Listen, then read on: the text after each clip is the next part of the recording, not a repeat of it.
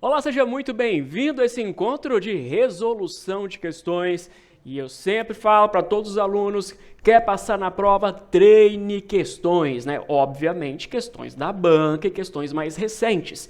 Por que, Daniel? Porque a banca evolui, o coordenador de cada área modifica, então não adianta você ficar estudando questão do exame 10, do exame 12, tá? Porque não é mais aquele perfil, ok, que você pode consolidar o seu conhecimento, mas é importante você estudar, se preparar com o formato atual da prova, com aqueles que estão organizando neste momento a prova, até porque se pegarmos a prova de primeira fase, ela continua do mesmo jeito como a prova do exame 25, do exame 24? Não, a prova evoluiu, está mais difícil, está mais exigente e por isso a gente tem que pegar a mão. Então venho agora com vocês para poder falarmos sobre 5 questões de direito administrativo de provas recentes. Se você que está assistindo daí de casa ficar com alguma dúvida, pode colocar aqui nos comentários no YouTube ou então pode me enviar no meu Instagram, lá no @danlamonier, e aproveite para ir no Instagram porque tem um monte de enquete todo dia, né? Hoje mesmo eu publiquei mais enquetes para vocês treinarem o conhecimento para a prova. Quero ver todo mundo arrasando. Eu sei que muitos têm às vezes um medo, né? Um medinho de direito administrativo, mas você vai ver hoje que dá para acertar as questões de ADM. E quando chegar a sua vez, aquelas 5 questões de ADM, é a vez de gabaritar essas questões. Então, vamos lá. Primeira questão, questão 30, prova branca, do exame 43. Tertuliano, que a banca até inovou, porque era um tal só de João, de Antônio, agora vem Tertuliano. Vem acumulando ilicitamente 2 cargos públicos. Então, marque, eu tenho um sujeito, eu tenho Tertuliano, ele acumula ilicitamente 2 cargos públicos. Se é ilicitamente, vai dar BO para ele. Em autarquias federais diferentes. Ao detectar tal situação, após os devidos trâmites, a autoridade competente notificou o servidor, então o que aconteceu? Notificou o servidor para que ele optasse pelo cargo que pretendia permanecer. Em decorrência da omissão de Tertuliano em realizar a aludida escolha, então ele não escolheu, omissão de Tertuliano. Nesse caso, foi publicada a portaria de instauração de um PAD por acumulação ilegal de cargos. Tertuliano procurou você, como advogado, para saber das peculiaridades do andamento desse procedimento. Diante dessa situação, vai lá, marca a alternativa correta. Tudo bem? Então, você entende o seguinte: eu posso acumular cargos públicos? Como regra, não, e pode cair como questão de ADM, te conste isso. Mas tem exceção. Tudo bem, mas aqui está falando de exceção? Não, aqui já falou para vocês que era caso ilegal. Quando acontece isso pela Lei 8.112, que é o Estatuto do Servidor Público Federal, o servidor tem uma escapatória. Ele pode falar, saio de um. Se ele falar, saio de um, ele escolhe, tá tudo bem, vida que segue. Só que ele não fez isso quando foi notificado. Aí foi instaurado um processo. Desse processo, ele poderá ser demitido dos 2 cargos, dos 2. A punição é forte, não é só falar, vai perder um, não, vai perder os 2. Tá, mas vamos ver se tem algo que pode ser feito durante o PAD. Vamos lá. Inclusive, esse é um PAD rito especial, ele é mais rápido. Item A. A análise do caso deverá ser feita por uma comissão processante. Sempre que é PAD, tem que ter comissão processante? Sempre, sempre. Só que fala que era composta por 3 servidores estáveis. Cuidado. Se fosse o PAD normal, 3 servidores estáveis. Mas aqui é o PAD normal? Não, é o PAD rito sumário. Acumulação ilegal de cargos, abandono ou inassiduidade é tudo mais fácil, porque eu tenho que ficar fazendo provas? Não, eu só vou pegar ali, ó, tá aqui, ó, você tá em 2 cargos, tá aqui o diário oficial. Abandonou, tá aqui sua folha de frequência. Você faltou muito, inassiduidade, tá aqui a folha de frequência, só com isso resolve. Então, se só com isso resolve, não tem por que ser um PAD normal. E aí, nesse caso, a comissão é só de 2 servidores estáveis. Não tem que ficar investigando muita coisa. Então, onde fala que é 3, está errado. 3 errado. Tem mais alguma coisa falando de 3 aqui? Não, tá bom. 3, e aí fala cujo presidente deverá ser ocupante de cargo superior ou do mesmo nível de Tertuliano. Se fosse a comissão normal, era assim, ou do mesmo nível de escolaridade ou superior. Tá, mas está errado o item A. B. A comissão processante, caracterizada a acumulação ilegal e provada a má-fé de Tertuliano, deverá indicar o cargo que estará sujeito à pena de demissão. Vai indicar um? Tem essa liberdade? Não. É demissão de quais cargos? Dos dois. Errado. C. A notificação para que Tertuliano realize a opção por um dos cargos vai contra a lei, pois ele deve ser demitido de ambos os cargos ilicitamente acumulados após o devido processo administrativo. E aí, poderia ou não ter essa notificação? Poderia. Inclusive, o Tertuliano poderia pedir a exoneração de um dos cargos até o momento do depoimento dele. Até ali ele poderia e aí acabaria o PAD. Então, nesse caso, tudo certo. Tudo certo. D. A opção de Tertuliano por um dos cargos até o último dia do prazo para a defesa, que é o dia, né, que é feito lá do depoimento, configura boa-fé. Ok. Hipótese que se converterá automaticamente em pedido de exoneração do outro cargo. Como é que volta aqui? A opção por um dos cargos. Deixa eu voltar lá. Deixa eu só voltar aqui no item C. A notificação para Tertuliano realiza a opção por um dos cargos, vai contra eu, falando errado, né? Vai a favor da lei, não é? Deixa eu voltar aqui que eu falei uma coisa e marquei outra. Então, vai contra a lei? Não, vai a favor da lei. Perfeito. D. Então, a opção de Tertuliano por um dos cargos, até o último dia do prazo para a defesa, configura sua boa-fé, hipótese que se converterá automaticamente em pedido de exoneração do outro cargo. Foi o que eu falei para vocês. Ele pode escolher um dos cargos, né, até o depoimento, que é o último dia da defesa. Então, tudo bem? Ele foi lá e escolheu, eu quero só esse, é exonerado do outro, o PAD é arquivado, acabou o problema. Se ele não fizesse a escolha até esse momento, o PAD continuaria e ele seria demitido dos dois cargos. Então, a alternativa correta é a alternativa D de dado. D de dado. Perfeito. Vamos para a próxima questão.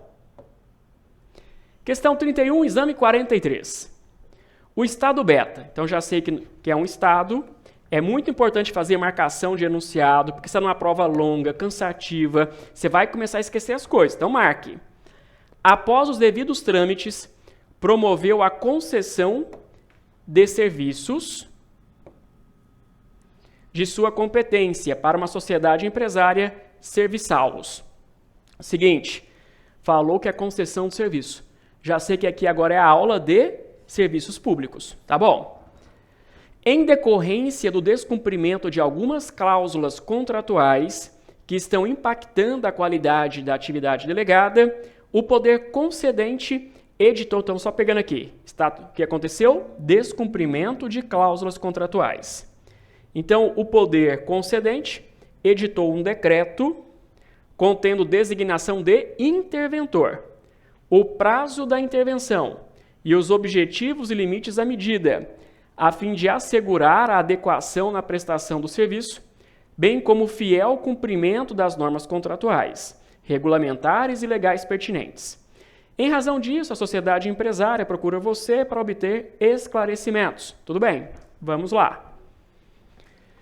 Melhorando isso, troque essa empresa serviçals e pensa na Enel, tá bom? A Enel passou a descumprir cláusulas contratuais, falhando, tem toda hora problema de energia elétrica. Nesse caso, imagine que a União, porque é uma delegação da União, fez intervenção lá na Enel. Isso pode acontecer? Pode, perfeito. Vamos ver o desdobramento. Item A. A medida é nula. Nula por quê? Pois não poderia se materializar por meio de decreto, na medida em que o poder concedente deveria ter editado uma lei autorizativa para tal finalidade. E aí? Lei eu faço na encampação, quando eu quero acabar com o contrato e o contratado não errou, simplesmente interesse público. Aqui eu tenho um contratado errando, e quem que é o dono do serviço? É o ente federativo. Então ele tem o dever de ir lá e corrigir o que está acontecendo. Aí é decreto, é mais rápido. Então, quando fala que é por meio de lei, que está errado. Intervenção é decreto, tá certinho. B. Após o devido processo administrativo, a constatação de inexecução do contrato deve ensejar sua extinção. Então, veja, da Enel, não deu certo, vamos fazer extinção. Ok. Constituindo causa justificadora da encampação, que independe do interesse público. E aí, certo ou errado? A FGV, como vocês estão vendo, adora perguntar sobre encampação, caducidade e rescisão. Inclusive, coloquei no meu Instagram também sobre isso, está lá como enquete. O ponto é, encampação, a concessionária não erra, é mero interesse público. Caducidade, a concessionária erra. Aí tem que ter processo, como teve o processo aqui, vai ter um contraditório da defesa e faz por decreto. E a rescisão é quando a administração pública erra. Nesse caso, a concessionária errou. Se ela errou, é encampação? Não, é caducidade. Então, errado. C. O poder concedente declarada a intervenção deverá, no prazo de 30 dias, instaurar procedimento administrativo para comprovar as causas determinantes da medida e apurar as responsabilidades, assegurado o direito de ampla defesa. Primeira coisa, a redação tá bonita? Você pensa, por que, Daniel? Porque, como regra, o examinador capricha na redação da alternativa correta, que é a que ele entende como certa, as outras vão ficando meio capenga, tem uns errinhos de português, a linguagem fica truncada. A princípio, olhando a redação, parece boa, mesmo eu não sabendo o conteúdo. Mas deixa eu olhar a alternativa dele, depois eu volto na C. A administração do serviço, cessada a intervenção e caso não seja extinta a concessão, será devolvida à concessionária, independentemente de prestação de contas do interventor, na medida em que este não responde pelos seus atos praticados à vigência da medida. Quer dizer o seguinte, foi nomeado o interventor. Foi nomeado o interventor e não importa o que ele faz? Ele pode chegar lá, destruir o patrimônio da Enel e está tudo bem? Não, o interventor ele tem que prestar contas. Então, essa alternativa ela está errada.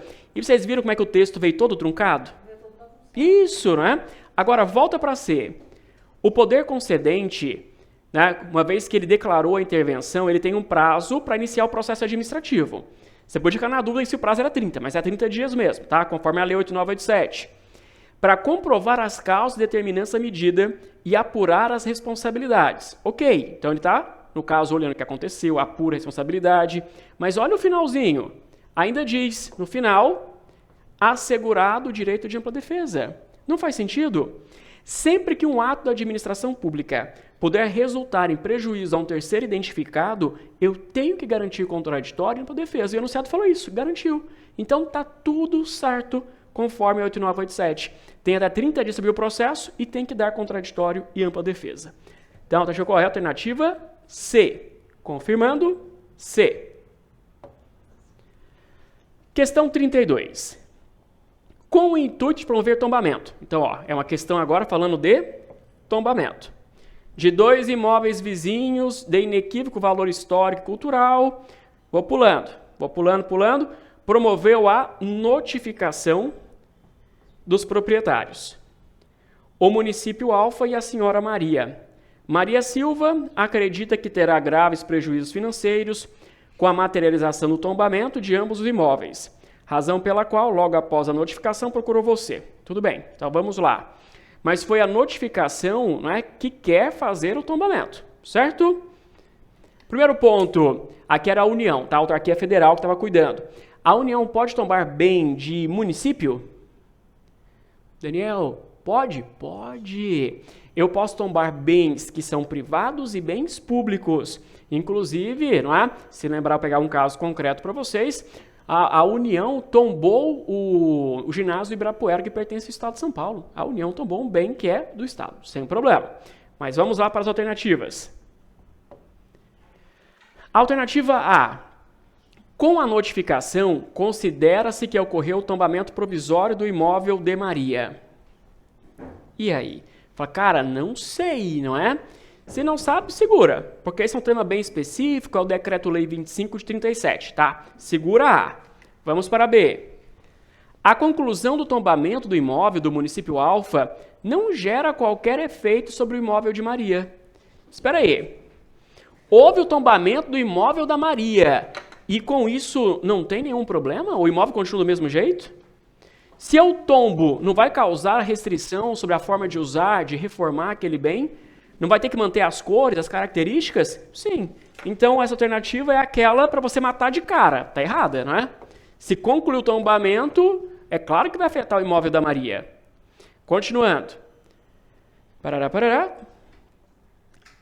No tombamento do imóvel do município Alfa não gera... tá falando que concluiu o tombamento do imóvel de Alfa e por isso não gera qualquer efeito sobre o imóvel de Maria. Deixa eu voltar lá. O que aconteceu? Nessas funções, promoveu notificação para... são 2 imóveis vizinhos de inequívoco valor histórico e cultural. Deixa eu melhorar aqui que essa questão tem um ponto mais aprofundado. Seguinte. São 2 imóveis vizinhos. Eu tombo só o imóvel que pertence ao município e não, no caso, faço tombamento do imóvel da Maria, tá? E aí quer saber o seguinte, o fato de não tombar o imóvel da Maria, que é vizinho de parede, quer dizer que não tem nenhum impacto para ela? Vou trazer um exemplo para vocês. Aqui em São Paulo, na frente ali do Parque Ibirapuera, nós temos um monumento, que a gente fala que é do empurra-empurra ali, não é? Naquele do que é dos Bandeirantes. Naquele monumento, tombado, o que acontece com a vizinhança? A vizinhança pode fazer ali algum prédio, alguma coisa que tampe aquele monumento?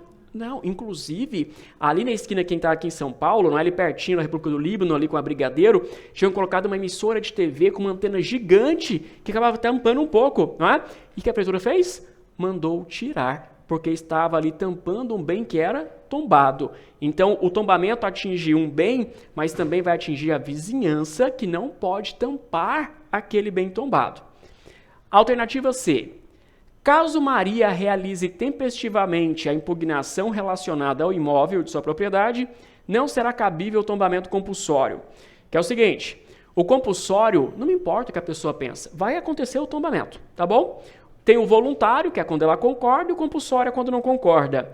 O ponto é, se o dono da coisa fala, mas eu não concordo, e aí, importa alguma coisa? Supremacia do interesse público. Vai acontecer o tombamento do mesmo jeito. A pessoa concordando ou não. Se ela concorda, é voluntário. Se ela não concorda, é compulsório, mas vai acontecer o tombamento. Então, a alternativa está errada. D. Não é possível o tombamento do imóvel vizinho à propriedade de Maria, por se tratar de bem público que integra o patrimônio municipal Alfa. Eu acho que muita gente marcou essa alternativa na prova. E o ponto é, não importa de quem seja o bem, não importa se é público ou privado, pode ser tombado.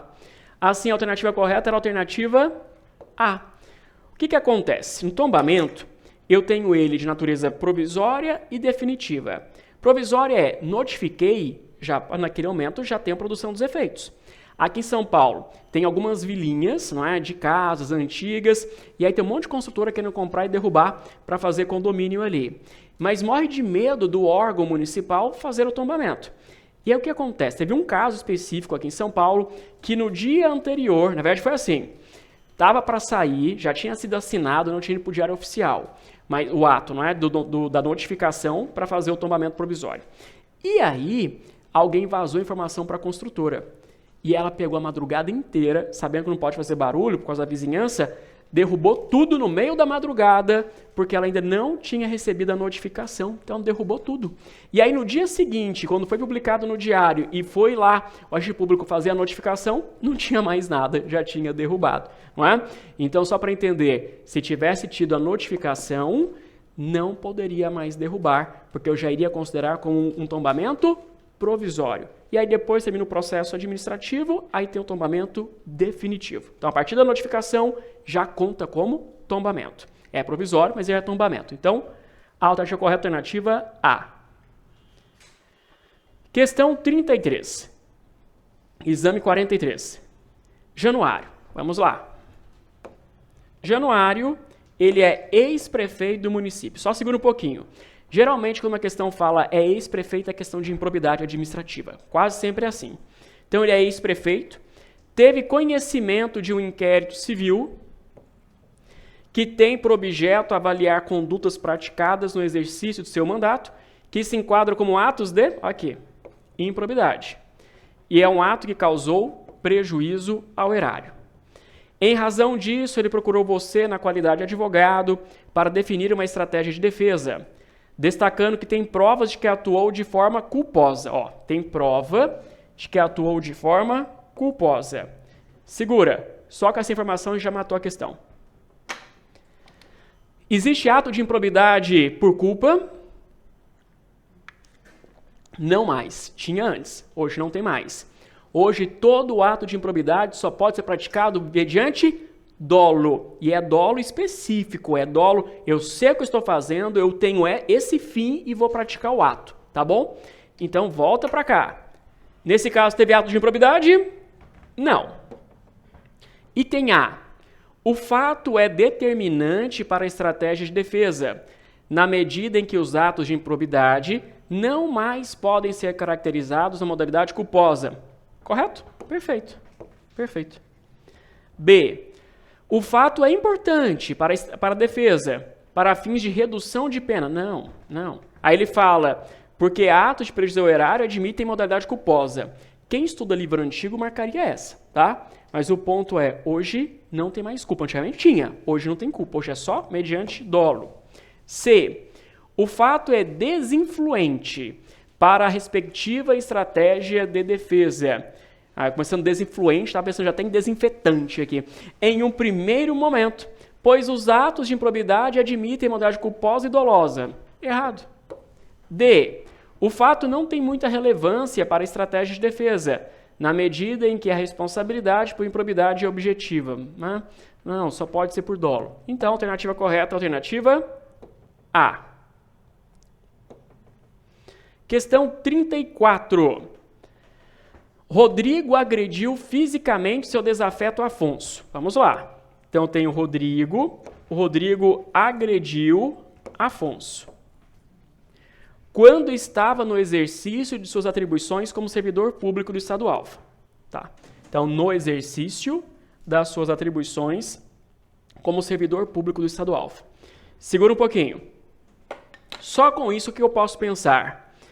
Ou posso pensar num PAD, porque violência gera qual penalidade? Demissão. Salvo se fosse legítima defesa. Né? Tá bom. Ou o que eu posso pensar é, cometeu isso, gerou algum tipo de dano? Eu vou pensar, então, no caso da vítima, em pedir uma indenização. Tá bom? Que, inclusive, foi um outro ponto de enquete que eu pus no meu Instagram recentemente. Eu falando, nesse caso, do Rodrigo, não, o Rodrigo agrediu, né? O Antônio que é a vítima. Antônio pede indenização de quem? Vai pedir indenização é do Rodrigo que causou ou é do Estado Alfa, que é a pessoa jurídica? Ótimo, vocês estão muito bem aqui na sala. Então, eu vou pedir indenização sempre para a PJ, tá bom? Volta para cá. Em decorrência de uma desavença entre eles, no momento em que realizava atendimento ao público, em razão dos danos sofridos, Afonso, olha aqui, já ajuizou, deixa eu pegar aqui já que tem uma ação, vou marcar diferente, ele ajuizou uma ação de responsabilidade civil em face do mencionado ente federativo, então foi da PJ. Até aqui tudo bem? Ok. Depois do trânsito em julgado da sentença condenatória ao pagamento da quantia indenizatória de R$20 mil. Nunca, tá? Só conto para vocês, nunca que seria essa indenização. No male os 3 mil, tá? O Estado Alfa ajuizou a ação de regresso. Então, vai lá, já teve a condenação, então teve o trânsito em julgado, tá certo, da sentença, indenização de R$20 mil. Então, depois disso, o Estado Alfa ajuizou a ação de regresso em desfavor de Rodrigo, com vistas a obter o ressarcimento do erário. O então agente público foi citado na última segunda-feira, motivo pelo qual ele procurou você como advogado para a realização de sua defesa. Assinale a opção que indica corretamente a orientação jurídica. Então, vamos lá. Segura um pouquinho. Como que funciona, então, a responsabilidade civil? Eu tenho uma vítima. A vítima vai propor ação contra quem? A PJ, a pessoa jurídica, não é contra o agente público. Nesse caso, a vítima tem que demonstrar qual tipo de responsabilidade, objetiva ou subjetiva? Aqui é objetiva. A vítima vai demonstrar apenas o fato, dano e o nexo causal. Não discute dolo ou culpa, só fato, dano e nexo causal. Ok. Aí, depois disso, veio o judiciário e condenou a PJ. A PJ veio e pagou a indenização. Está resolvido. Resolveu aqui. Só que espera um pouquinho. Um agente público que causou, não foi? É correto a PJ ficar com esse prejuízo, sendo que a PJ ela usou dinheiro nosso da sociedade? É correto ela ficar com prejuízo? Não. Depois disso é que a PJ vai atrás do agente público que praticou o dano.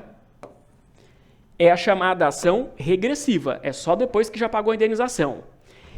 Nesse caso, na ação de regresso, a responsabilidade é objetiva ou é subjetiva? Aqui muda. Agora é subjetiva. O que isso significa? Aqui significa que a PJ tem que demonstrar que o agente público agiu com dolo ou com culpa, mas é só na regressiva. Isso já caiu várias vezes, tanto na primeira fase como na segunda fase. Isso aqui é normal aparecer em prova. Então, a vítima, quando pede indenização para a PJ, nada de falar em dolo ou culpa. Só fato, dano e nexo causal. Pagou a indenização? Agora, quando vai pedir o dinheiro de volta para o agente público, a administração tem que falar, ó, você agiu com dolo, você agiu com culpa. Se não demonstrar isso, ele não devolve o dinheiro, tá? Vou pegar um exemplo para vocês, tá? Que já caiu na segunda fase de ADM. Imagina o servidor público, é o caso de prova, tá? Caiu 2 vezes, inclusive, isso. Mesmo caso, 2 vezes. O agente era um servidor público motorista, ele tinha detectado falha mecânica no veículo e mesmo assim o chefe mandou ele usar o veículo. Mas ele avisou, tá estragado, não dirige, o chefe pressiona ele para dirigir. E aí, ao dirigir, falhou o freio e bateu o carro. Nesse caso, o particular foi lá e entrou com ação indenizatória contra os dois. Contra a PJ, que era a União, e contra o servidor público. A primeira coisa era fazer contestação. O servidor, ele poderia estar no polo passivo? Não poderia. E depois iria discutir a ação de regresso. Na regressiva, esse servidor deveria devolver alguma coisa? Ele agiu com dolo? Falou, vou bater no outro carro? Ou com culpa, estava no celular? Não. Então, nesse caso, ele não deveria devolver o dinheiro para a administração pública. Vamos para a alternativa, ou para as alternativas. Alternativa A. A responsabilidade do Estado é objetiva, certo ou errado? Do Estado, pessoa jurídica. É objetiva, teoria do risco já está adiantando. Com base na teoria do risco integral, certo ou errado? Aqui está errado. Tá? Por que isso, Daniel? É risco administrativo. A administração, ao produzir seus atos, gera um risco de gerar dano a um terceiro. Daniel, qual a diferença do risco administrativo e do risco integral? Risco administrativo comporta exceções. Culpa exclusiva da vítima, culpa de terceiros, força maior. Já quando eu falo em risco integral, é integral porque não tem excludente, né? Pode ter sido a vítima. Vou pegar um exemplo aqui. Imagine que, é o caso, tá? Inclusive de teoria do risco integral, que é dano nuclear. Eu tenho a usina lá em Angra dos Reis, tá? De energia nuclear. E aí tem todas as placas dizendo, não entre, risco de vida, risco de morte e tal. Mas o Zezinho é curioso. Foi lá e começou a quebrar todas as condições de segurança. E ele conseguiu enganar todo mundo e chegou na área do reator, não é? E aí, com isso, ele foi contaminado e desenvolveu câncer. Aí ele entra com uma ação indenizatória contra a União por causa disso. A União até tenta na contestação dizer, é culpa da vítima, foi ela que entrou, ela que subtraiu todas as formas de barreiras para poder conseguir chegar lá. Nesse caso, paga ou não paga a indenização a União? Nesse caso, paga porque ali é a teoria do risco integral, que é o dano nuclear, que não caiu para a gente ainda na OAB. Porque todo o resto é a teoria do risco administrativo. Bateu o carro, risco administrativo. Caiu uma árvore, risco administrativo. E aí no risco administrativo pode ter excludente. Culpa exclusiva da vítima, culpa de terceiros ou força maior, que é um fenômeno natural, imprevisível e irresistível. Então já vi que estava errado. Aí depois fala, enquanto a de Rodrigo, o servidor, a dele também é objetiva? Não, a dele é subjetiva. E fala com teoria no risco administrativo. Não, o risco administrativo é da administração. Admite a discussão acerca do elemento subjetivo? Não, que confusão, né? B. A responsabilidade é objetiva da administração, sim. Com base no risco administrativo, sim. Tanto para o Rodrigo quanto para o Estado? Não, para o Rodrigo não. É só para o Estado. C. A responsabilidade civil é subjetiva de quem? Na ação do Rodrigo. No regresso, tá certo? Tá. No regresso, correto. Sendo necessária a demonstração de dolo ou culpa na ação de regresso, correto? Sim. A qual foi ajuizada em decorrência da condenação do Estado em sua responsabilização objetiva? Sim. Com base no risco administrativo? Sim. D. A responsabilidade civil é subjetiva tanto para o Rodrigo como para o Estado, certo ou errado? Errado. Porque para o Estado ela é objetiva. Perfeito. Daniel, onde que está a previsão dessa resposta? Eu conto. Artigo 37, parágrafo 6º da Constituição, mais uma vez uma questão que pode cair tanto dentro de ADM como também dentro de Constitucional. E o que fala o parágrafo 6º? Ele fala o seguinte: as pessoas jurídicas de direito público e as de direito privado que prestam serviços públicos, então é só uma pequena parcela das PJ de direito privado, tá bom? Então que prestam serviços públicos, elas responderão pelos danos que os seus agentes, atuando nessa condição, na condição de agente, causarem a terceiros, assegurado o direito de regresso no caso de dolo ou culpa. Então, pode ter o regresso, pedir o dinheiro de volta quando pagar a indenização? Pode, mas só se o seu servidor tiver atuado com dolo ou com culpa. Confirmando o nosso gabarito, alternativa C. Pronto. Fechamos assim 5 questões de direito administrativo. Até quem está aqui na sala, está de casa, foi muito difícil? Precisava de atenção, tá? Mas são questões boas de resolver. Mas aqui vai um ponto importante para quem está assistindo de casa e quem está aqui na sala no estúdio agora. Fazer questão assim, bloco de 5 questões, é uma coisa. Fazer na prova 80 questões direto é outra história. Então, por exemplo, eu recentemente agora fiz a prova, né, do concurso da Câmara dos Deputados. Eu tive que responder 180 questões no período da manhã e depois fazer uma discursiva à tarde. Eu fiquei lá das 8 da manhã até as 6 horas da tarde. Não é? Então, isso cansa a mente. E é uma prova, por exemplo, lá no caso, né, do concurso da Câmara, que a banca era Sebrasp, que cada errada anula uma certa. Então, você não pode vacilar, porque se você vacilar, você perdeu um outro ponto seu. A prova da OAB nossa tem uma vantagem. Ela só tem 4 alternativas, não são 5 como são outras provas objetivas. Aquela que você erra, você não perde outra, como é o caso do Sebrasp. E se você olhar bem a questão, por mais que você não conheça aquele conteúdo, você consegue fazer algumas eliminações. Só que essa é uma habilidade que você desenvolve com o treino. Se você não treinar com periodicidade, você não vai ter essa habilidade na hora da prova. É aquela história, chutar tem técnica? Tem, você vai chutar, você não sabe, mas você consegue ir eliminando. Mas você só vai desenvolver treinando. Ou você acha que um grande jogador de futebol, qualquer esporte, ele chegou nesse patamar porque ele começou a jogar ontem? Não, porque ele treinou muito para aquilo. E com vocês é a mesma coisa. Treinem. Vocês querem passar? Então tem que treinar. Quer ganhar um campeonato? Tem que treinar, tá bom? É a mesma coisa aqui, mas a prova foi feita para passar. Qualquer dúvida, me chamem lá no meu Instagram, deixa aqui no YouTube o comentário de vocês. Até um próximo encontro. Beijo, até mais. Tchau, tchau.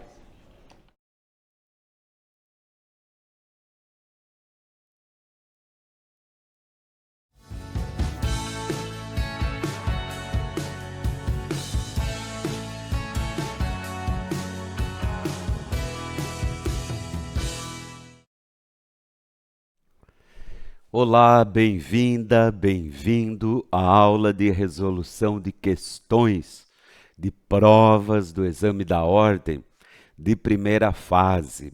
Creio que você já me conhece, professor Paulo Henrique de Oliveira ou PH Oliveira.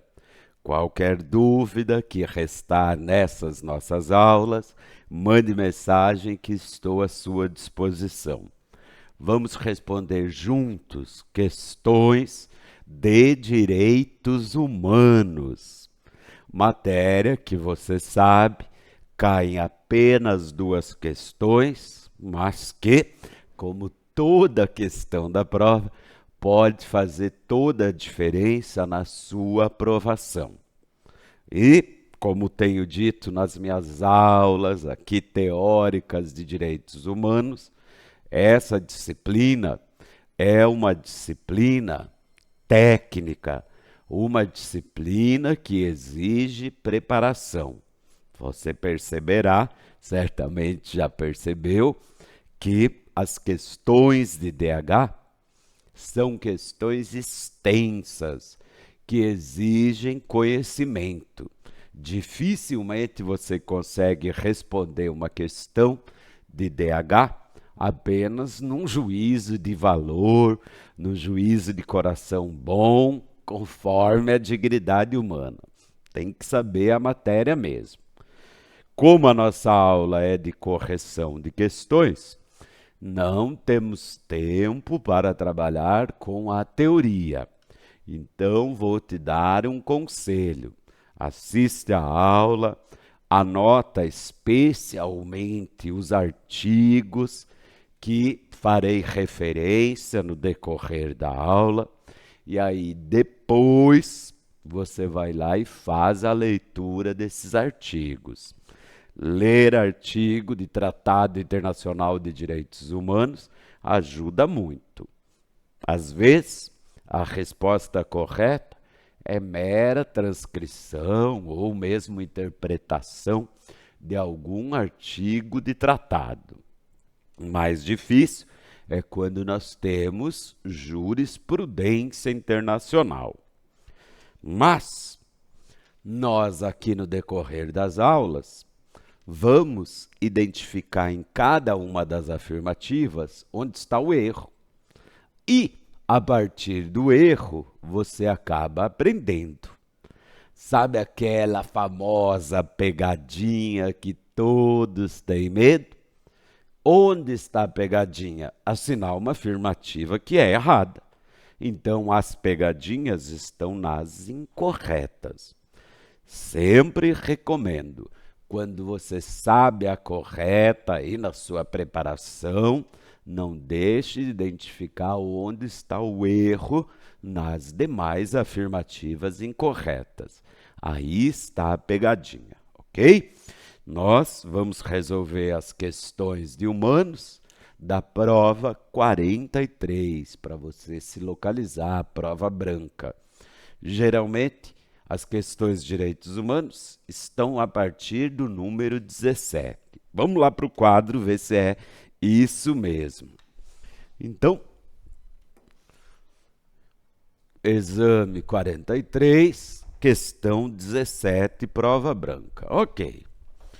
Bora junto.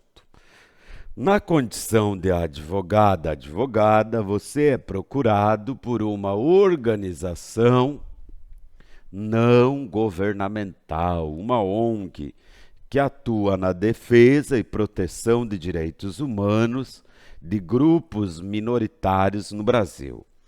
A entidade solicita esclarecimentos quanto aos mecanismos que dispõe para levar ao conhecimento das instâncias competentes, no âmbito do Sistema Global de Proteção dos Direitos Humanos, uma situação que entende violar a Convenção para a Prevenção e Repressão do Crime de Genocídio, com o objetivo de responsabilizar o Estado brasileiro. Nesse contexto, você deve esclarecer que, para a obtenção da finalidade pretendida, dentre os mecanismos existentes em nível global, as organizações não governamentais podem submeter o caso em questão diretamente à apreciação. Então, levar um caso diretamente. Vamos conversar um pouquinho aqui para você aprender. Olha, a questão versa sobre sistema global de proteção. Então, veja, nós temos sistemas de proteção regionais. Entre eles, o sistema interamericano, também o europeu, o africano, e temos o sistema global, quer dizer, o sistema da ONU, Entre os instrumentos do sistema global está a Convenção para a Prevenção, Repressão do Crime de Genocídio.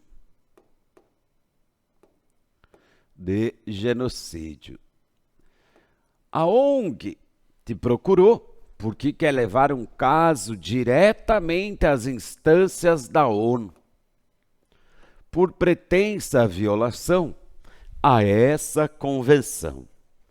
Primeira coisa, o Brasil é membro? Sim, o Brasil é membro da Convenção sobre Crime de Genocídio. Essa convenção tem algum órgão específico de supervisão? Não tem. Então, diretamente ao órgão de supervisão dessa convenção, não dá, porque não existe esse órgão. Também não existe possibilidade de petições, denúncias individuais. Agora, tem outro jeito? Tem outra instância, outro órgão da ONU? Tem ou não? Vamos ver as afirmativas. A. Corte Internacional de Justiça. Olha lá. Corte Internacional de Justiça é um órgão da ONU? É. Na composição da ONU, nós temos como seus principais órgãos a Assembleia Geral da ONU, o Conselho de Segurança, Conselho Econômico Social, sim, Corte Internacional de Justiça. A Corte Internacional de Justiça pode receber essa denúncia, apreciar essa questão envolvendo uma ONG e o Estado brasileiro? Não. Por quê? Primeiro que a Corte Internacional de Justiça, como regra, não julga tratados internacionais de direitos humanos. Mas tem outro empecilho aqui. Corte Internacional de Justiça só analisa a violação de tratados que não de direitos humanos quando houver como partes, como litigantes perante a CIJ, estados. Então é estados versus estados. E, no caso, nós estamos falando de uma ONG versus Brasil. É possível perante a CIJ, Corte Internacional de Justiça? Não. B. Tribunal Penal Internacional. Aqui discutível até a natureza do TPI, se é ou não órgão da ONU. Mas, se temos dúvidas sobre ser ou não órgão da ONU, tem outro motivo aqui para que a afirmativa esteja incorreta. Por quê? Olha lá. O TPI, criado pelo Estatuto de Roma, tem competência para o crime de genocídio? Tem. Sim. Sim. Está lá no artigo 6º do tribunal, quero dizer, do Estatuto de Roma. Agora, olha lá. TPI só tem competência, só julga indivíduos, pessoas naturais. E a ONG que te procurou, ela quer condenar o Brasil. Então, errada a afirmativa B. Vamos ver a D. Alto Comissariado das Nações Unidas para Direitos Humanos. Veja que o Alto Comissariado das Nações Unidas para Direitos Humanos, sim, faz supervisão de todos os direitos humanos, inclusive crime de genocídio, mas não tem competência para petições, denúncias por ONGs. Então, o erro está na D. Por exclusão, sobrou o quê? O Conselho de Direitos Humanos das Nações Unidas. Eu digo por exclusão porque, quando do exame 43, eu sustentei que essa questão deveria ser anulada. porque o Conselho não tem competência também como alto comissariado para casos, denúncias. Fizemos o recurso? Fizemos. A banca anulou? Não anulou. Mas, pessoalmente, embora sabendo que a banca considerou a ser, eu entendo que essa ONG não podia levar o caso diretamente ao Conselho de Direitos Humanos. É duro quando cai uma questão difícil como essa, que envolve conhecimento de órgãos, instâncias internacionais, e traz uma afirmativa duvidosa, que, no meu entender, está incorreta.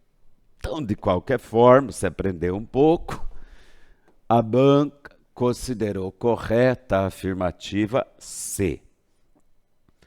Bora para a próxima. Também do 43º exame, questão número 18. Vamos ver.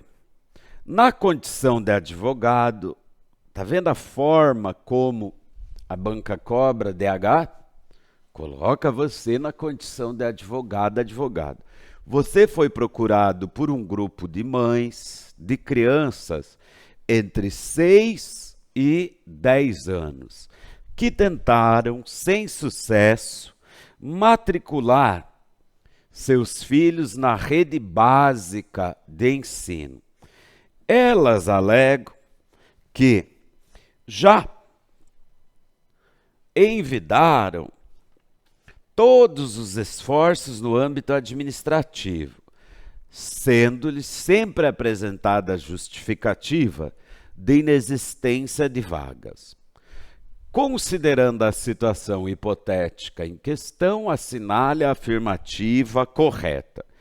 Aqui, só pela leitura do enunciado, nós já sabemos que não está certo. Se são crianças de 6 a 10 anos, elas têm direito à matrícula. Não se pode o Estado alegar a inexistência de vagas. Então, tem sim o direito. Agora, será exatamente que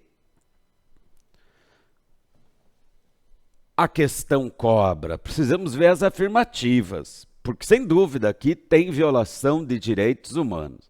Daria para responder essa questão reconhecendo o direito à matrícula, com base na Constituição Federal, mais ECA e mais diversos tratados internacionais de direitos humanos, tanto da ONU como do Sistema Interamericano. Mas vamos ver se é isso que a banca quer. Bora lá. Não, né? O que a banca quer ouvir de você como advogado?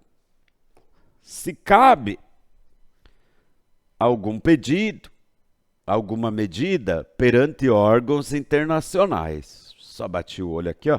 Temos Comissão Interamericana, temos STF, mais aqui Sistema Regional Interamericano e mais Tratado de Sistema Interamericano. Muito bem. Vamos começar respondendo, discutindo a questão B, que é do STF. Olha lá, ó, STF. De acordo com a interpretação fixada pelo Supremo Tribunal Federal em relação ao direito à educação, em razão de seu desenvolvimento progressivo, não se pode configurá-lo como típico direito subjetivo, cuja efetiva implementação possa ser determinada por decisão judicial. Errado. O STF tem várias decisões, não é uma só, no sentido de que o direito à educação é, sim, direito subjetivo, exigível, que pode, inclusive, ser determinado por decisão judicial. Então, errada. A, B. Agora, sistema interamericano. Olha lá.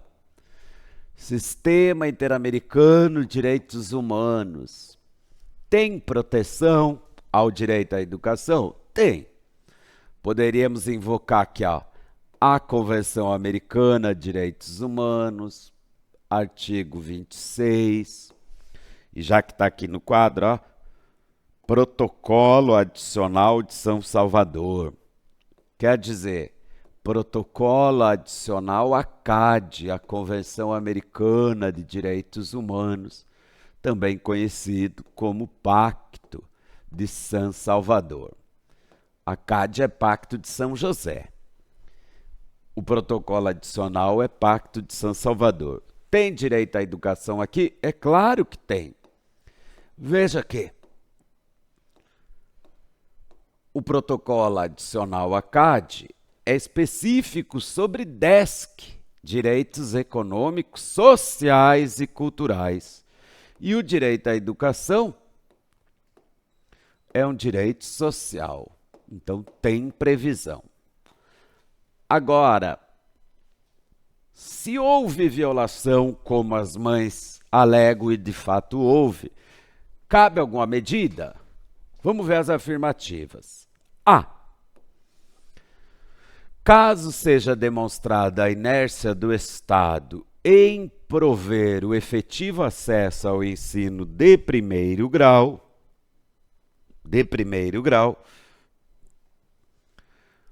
comprovando-se ainda que a situação foi devidamente submetida ao crivo do Poder Judiciário local, esgotados todos os recursos cabíveis, frustrada a obtenção de tutela eficaz, o caso poderá ser submetido diretamente pelas vítimas à análise da Comissão Interamericana de Direitos Humanos. Tá certo? Tá. Olha, ensino de primeiro grau está lá no artigo 13. Agora, e essa possibilidade de levar à comissão? Está prevista onde? Põe vermelho.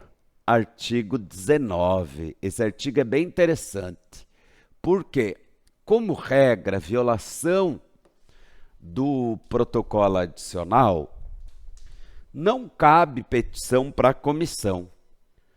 Só tem dois direitos que, uma vez violados, cabe denúncia, petição direta para a comissão. Quais direitos? Direitos sindicais e educação, do artigo 13. Então, correta aqui essa afirmativa A. Sim. Vamos ver a C.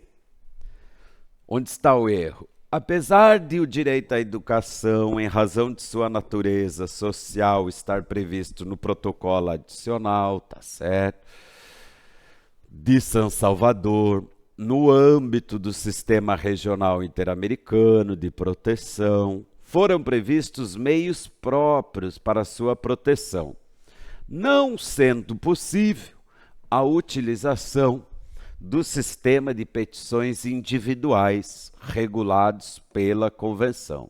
Está errado, porque violação à educação do artigo 13 cabe sim.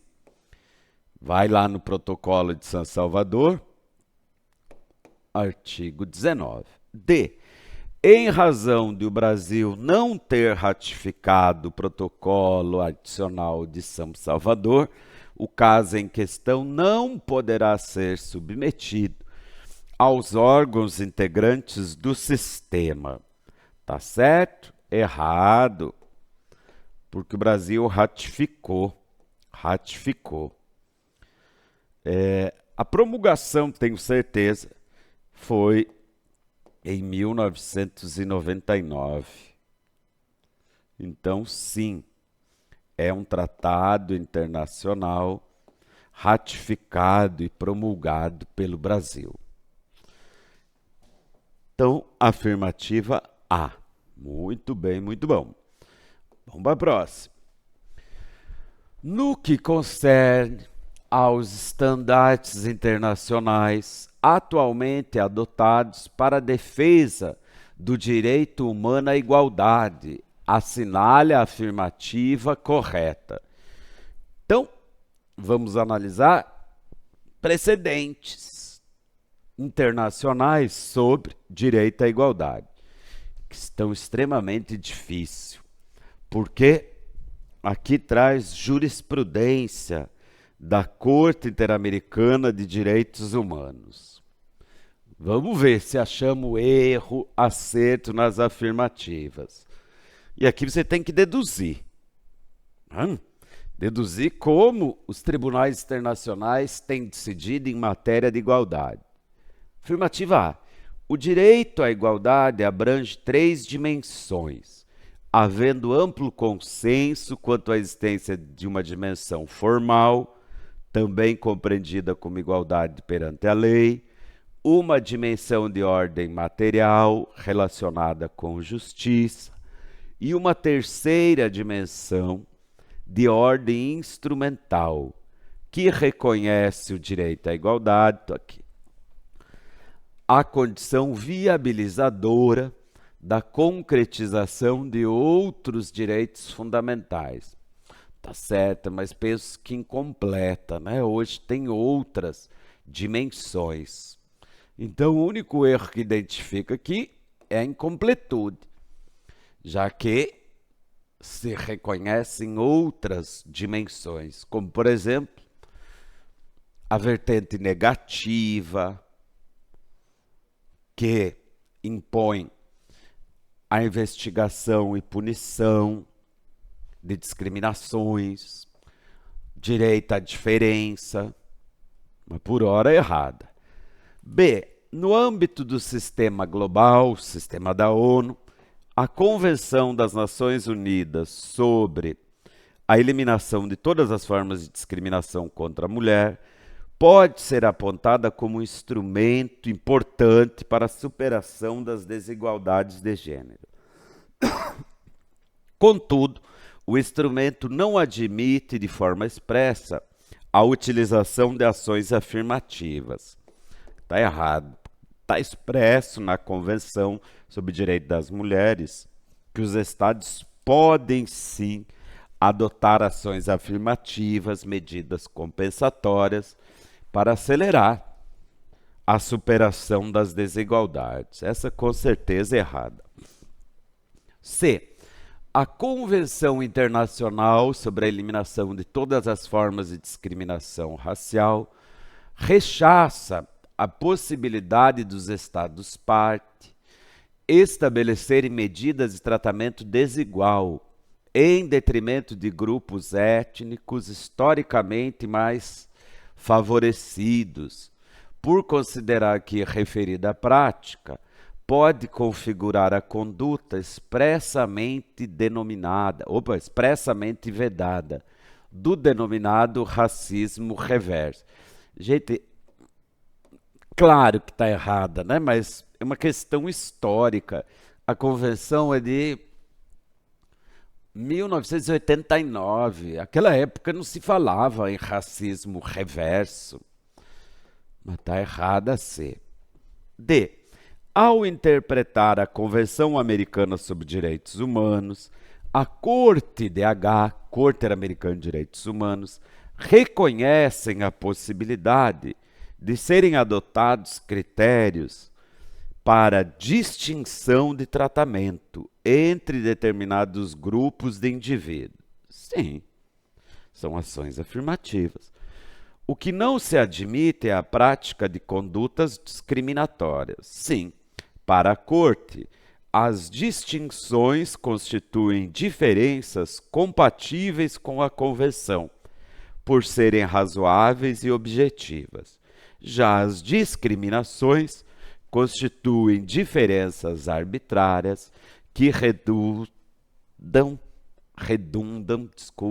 em prejuízo dos direitos humanos. Questão muito difícil, mas está certa. É entendimento da Corte que faz essa divisão distinção entre discriminação e distinção. Questão muito difícil, essa questão da prova.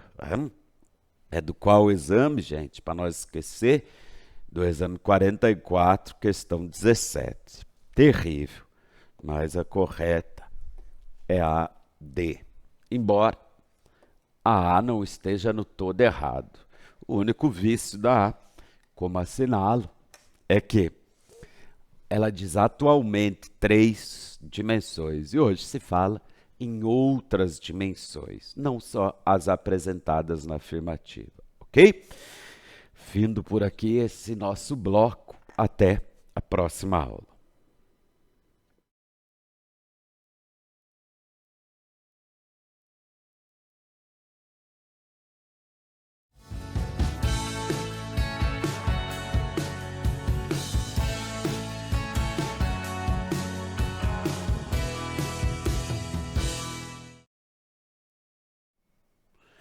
Ok, voltamos e vamos continuar corrigindo questões de provas anteriores na matéria Direitos Humanos.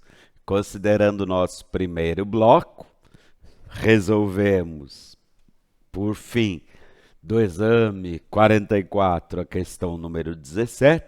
Na sequência, vamos lá para a questão número 18. Exame 44. Vamos identificar o enunciado, a matéria, se possível, conversamos um pouco e aí vamos para a afirmativa. Bora lá comigo. Em relação aos direitos humanos das pessoas presas. Aí, enunciado bem curtinho. Assinale a afirmativa correta. Então, por hora, versa sobre direitos humanos das pessoas presas encarceradas. Afirmativa A. Eita, tchê.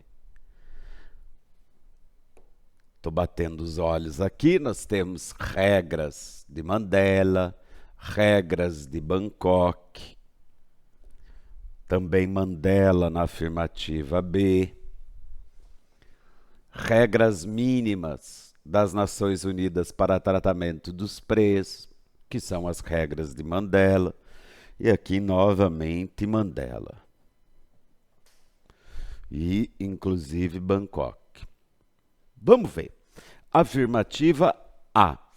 Tanto as regras de Nelson Mandela quanto as regras de Bangkok possuem natureza de soft law. Sim, são normas de soft law. Como assim normas de soft law? Olha lá, as normas de direitos humanos são normas internacionais. Quais são as principais formas, espécies? É claro, os tratados internacionais de direitos humanos, também costumes, princípios de direito internacional. Hoje se fala em normas de ius cogens, e sim, soft law. O que é isso, soft law? São normas que não têm natureza normativa, vinculante como um tratado internacional, como, por exemplo, recomendações, princípios da ONU, quero dizer, declarações de princípios sem força de tratado. Isso é soft law. Aqui, na afirmativa A, nós temos sim 2 exemplos. Regras de Mandela, que constituem as regras mínimas sobre tratamentos de preso, e regras de Bangkok. Regras de Bangkok são específicas para mulheres presas. São normas de soft law? São. Vamos ver a definição de soft law na sequência. Soft law, ou seja, são consideradas normas não vinculantes. Isso mesmo, não vinculantes. Nada obstante, configuram-se importantes diretrizes que servem de orientação para os Estados-membros da Organização das Nações Unidas. Tá certo. As normas de soft law, embora não vinculantes, elas servem de diretrizes, princípios, inclusive critério de interpretação. Questão um pouco teórica, mas que exigia também informação sobre ser ou não as regras de Mandela e Bangkok normas de soft law. Então, correta afirmativa A.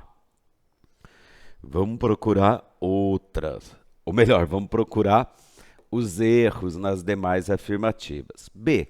No âmbito do Sistema de Proteção Interamericano de Direitos Humanos, aqui está o erro, ó. Regras de Mandela é da ONU, Tá aqui, ó. Regras mínimas das Nações Unidas para tratamento de presos. São conhecidas como regras de Mandela. Então, é do sistema ONU. C. De acordo com as regras mínimas das Nações Unidas para tratamento de presos, todas as penas cruéis, desumanas, degradantes ou que impliquem tortura devem ser proibidas. Entretanto, não há óbice à imposição do confinamento solitário prolongado, desde que aplicado como forma de sanção disciplinar, em razão de falta grave cometida pelo apenado. Tá certa? Não, né? Não.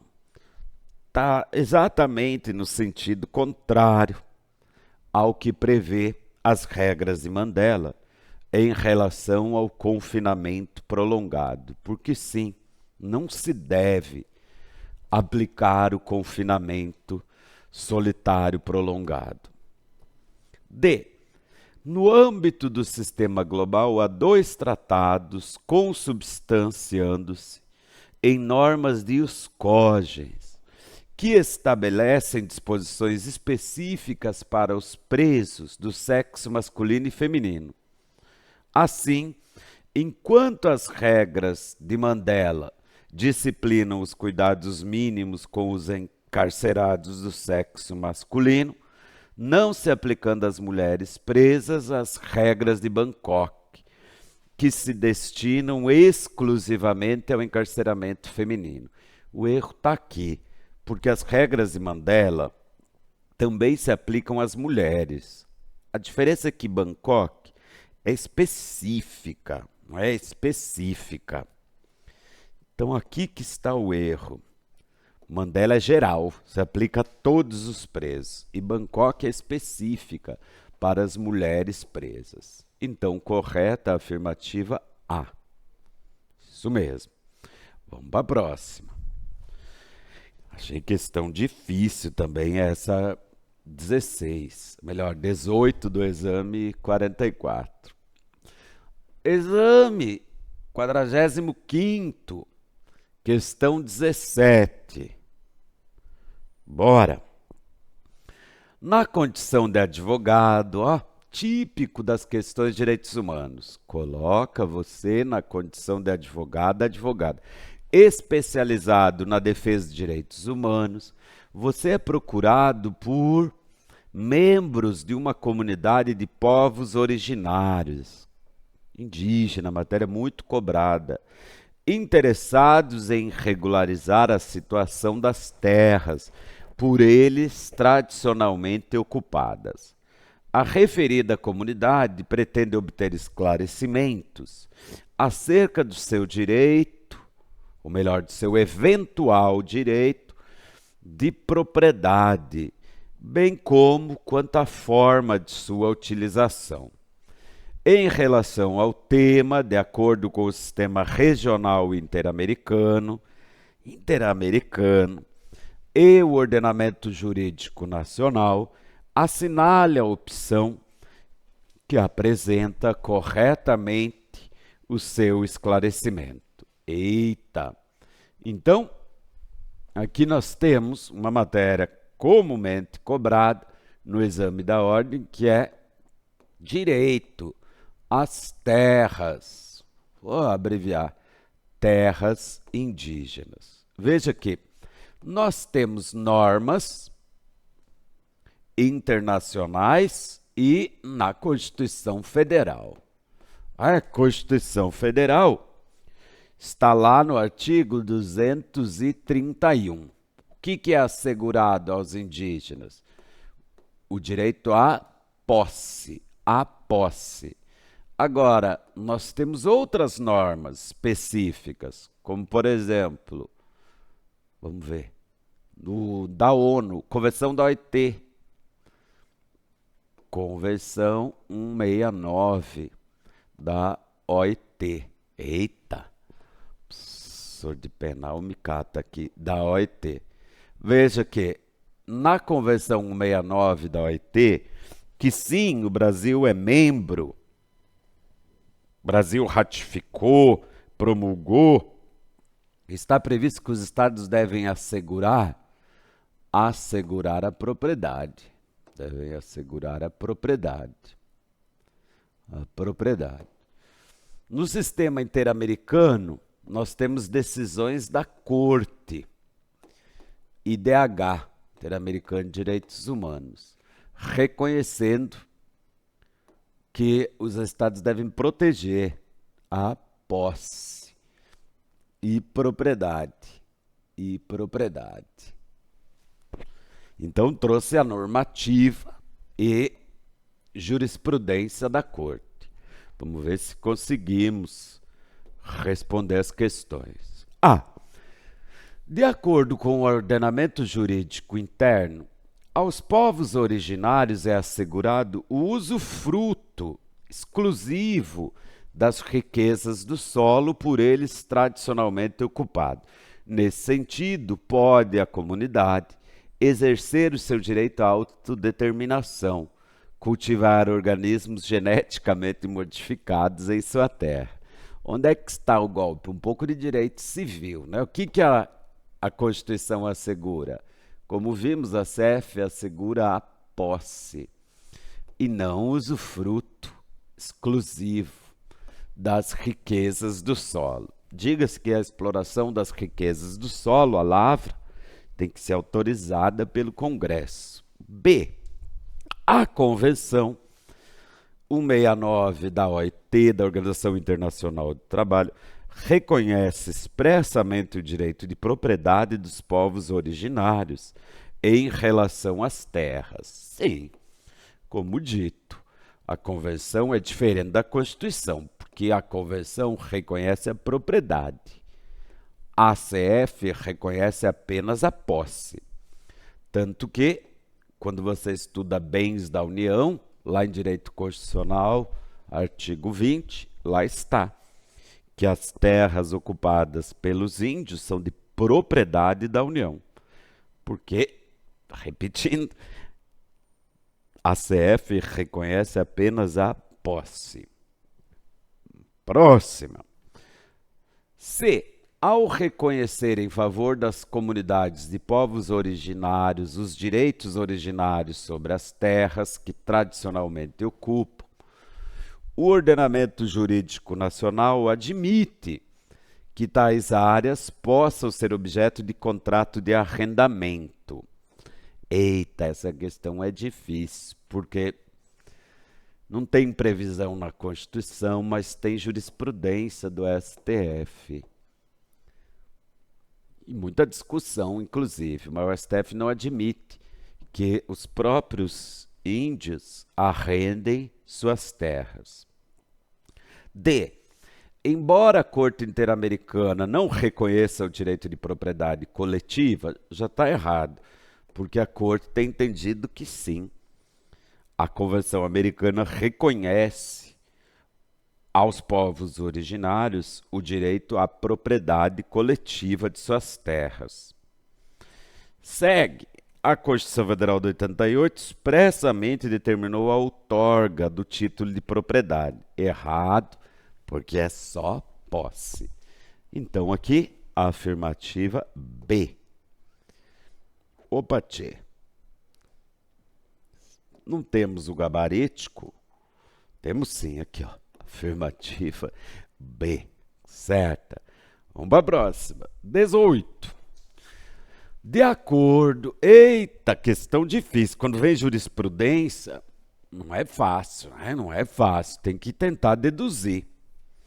De acordo com a jurisprudência da Corte Interamericana de Direitos Humanos, em relação ao direito à proteção judicial, previsto no artigo 25 do Pacto de São Salvador. Me desculpe, Pacto São José da Costa Rica. Assinale a correta. Olha, então nós temos uma questão aqui sobre a Convenção Americana sobre Direitos Humanos. Ó, Convenção Americana sobre Direitos Humanos é o Pacto de São José da Costa Rica. E a questão é terrível, porque pede jurisprudência sobre o artigo 25 da Convenção. O artigo 25, sim, versa sobre direito à proteção judicial.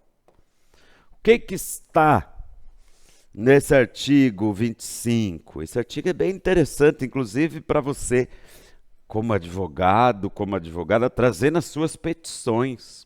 Veja, o artigo prevê expressamente que toda pessoa tem direito a um recurso à autoridade judicial.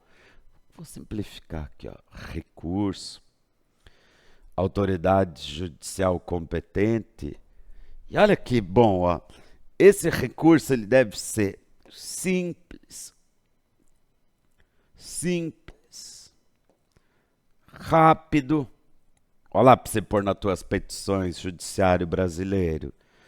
E efetivo. Não basta ser simples, rápido, ele também deve ser efetivo. É claro que eu estou usando a palavra recurso porque é o que está no artigo 25, mas é um meio de buscar judicialmente a defesa de direitos. Toda pessoa tem direito a um recurso, um meio judicial simples, rápido, efetivo, contra a violação de direitos. Contra violação de direitos. Quais direitos? Direitos fundamentais da CF e, é claro, dos direitos humanos previstos na CAD, na Convenção. Aprendeu aqui um artigo. Agora, sabendo do artigo, será que dá para chegar no entendimento da Corte Interamericana sobre esse artigo? Vamos ver. O direito à proteção judicial não se exaure. Parece questão de processo civil isso aqui, tem que chamar a Carol Darlan. O direito à proteção judicial não se exaure na prestação da tutela judicial cognitiva. Eita! Ou seja, processo de conhecimento, sendo imprescindível que o Estado garanta os meios para executar de maneira efetiva as suas decisões definitivas. Sim. E nem precisa conhecer a jurisprudência da Corte, só se a Corte interpretou errado o artigo 25. Porque, recurso, meio judicial efetivo. Não basta a sentença, tem que ter também meios para executar a decisão. Então, logo, já achamos a afirmativa correta. Afirmativa A. Vamos ver o erro na B. Trata-se de direito que impõe obrigação meramente instrumental ao Estado parte. Nesse sentido, é suficiente a previsão de recurso no plano formal para que a garantia seja considerada efetivamente observada. Não, né, gente? Basta a existência, a previsão de um recurso no Código para garantir o direito à proteção judicial? Claro que está errada. C. Com vistas à preservação da soberania dos Estados-parte, caso seja necessário esclarecimentos quanto à violação ou não por determinado Estado de suas obrigações internacionais, em virtude das atuações de seus órgãos judiciais, não poderá a Corte examinar os processos judiciais internos, devendo se valer de outros elementos de análise. Está errado, olha, não está rejulgando processo interno, isso não pode fazer, mas pode examinar sim. A partir do exame dos processos, a Corte decide se houve ou não violação pelo Estado do direito à proteção judicial. D. Nos casos em que se verificou uma situação de graves violações de direitos humanos, é obrigação do Estado-parte promover a devida apuração e responsabilização de todos os envolvidos, sejam autoridades oficiais ou particulares. Certo. Admite-se como única justificativa legítima o não sancionamento dos responsáveis, a concessão de anistia, quando prevista em lei, devidamente aprovada pelo Poder Legislativo. Gente, olha, a Corte Interamericana de Direitos Humanos decidiu inúmeras vezes que leis de anistia a membros do governo, a oficiais, membros do Estado, viola a Convenção Americana. Lembre-se disso, porque já caiu em outros exames. Infelizmente, o Supremo já decidiu que são constitucionais leis de anistia, mas o próprio Supremo alterou o seu entendimento. Com base no quê? Em diversas decisões da Corte, dizendo expressamente: leis de anistia violam a Convenção Americana. E quando eu digo diversas decisões, há inclusive decisão em caso de condenação do Brasil. É o famoso caso Gomes Lund, também chamado de caso da guerrilha do Araguaia. A Corte diz que o Brasil viola a Convenção quando reconhece como válidas, como constitucionais, leis que concedem anistia. Eu trouxe o artigo 25 da CAD, foco específico ali na questão do recurso meio judicial. Mas quando você for ler o artigo 25, você perceberá que lá no finalzinho está: tem direito a um meio judicial, a um recurso simples, rápido e efetivo, contra qualquer violação a direitos fundamentais previstos na Constituição e na Convenção Americana. Ainda que, mesmo que, quem tenha cometido a violação tenha status, cargo oficial do Estado, ainda que praticado por membros oficiais do Estado. Por isso vem essa afirmativa D. Então, a correta aqui, a afirmativa A. Ok? E aí terminamos a nossa correção. Reitero que estou à sua disposição. E como você percebeu, direitos humanos exige preparação. E pode contar comigo nesse processo. Um abraço e bons estudos e até nossa próxima aula.